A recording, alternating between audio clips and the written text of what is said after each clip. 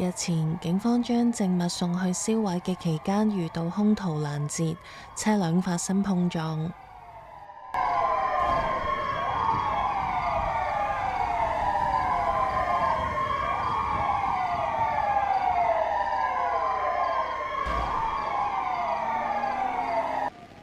運送過程期間亦都發生槍戰，有警員同埋兇徒重傷。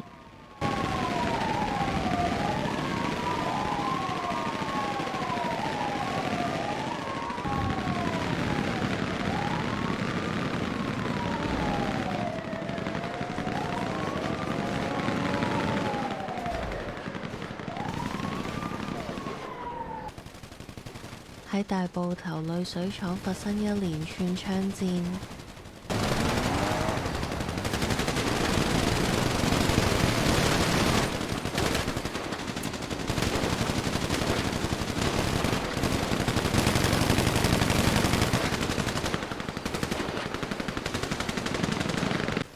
有運油車撞入大埔頭濾水廠，槍戰期間導致運油車爆炸。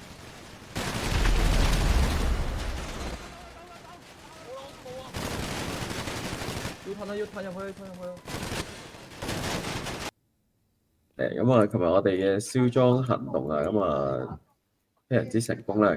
我哋警方成功將一批裝物咧喺呢個警署運到去呢個大埔頭濾水廠進行銷毀。當中有好多唔同嘅劫匪都想過嚟劫呢批裝物咧。我哋警務處嘅警員咧都可以成功咁收到咧，非常之好嘅。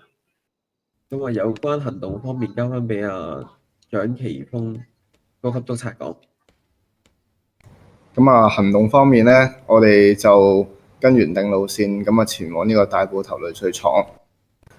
途中有幾班人士過嚟行劫呢個嘅證物啦。警方採取一個比較保守嘅行動，就係保護證物車。證物車期間都有我哋嘅同事受傷。但係最終都係去到呢個嘅大埔頭濾水廠嘅。警方係採取一個叫做保護證物車嘅啫。如非必要，我哋都唔會落車去使用武力嘅。警方咧就將呢啲證物擺咗喺濾水廠度，準備進行銷毀啦。時間需時大約30分鐘左右。期間警務處亦都出過相關公告，有關地方咧就進行緊銷毀證物。勸喻市民唔好靠近，否則咧就會有機會被警方拘捕。結果就係一大班人士嚟到，持有槍械，行劫呢批證物。迫不得已之下咧，警員就使用武力去制服。匪徒方面咧，大約就有10至20個人係受傷昏迷嘅。警員方面咧，大約10人左右。警方咧就會近日就應該會大力打擊呢個嘅黑社會同埋呢個嘅犯罪啦。嘗試令呢個犯罪率咧就下降30至40%。會嚴打呢個嘅槍械管制啦，同埋呢個嘅刀械。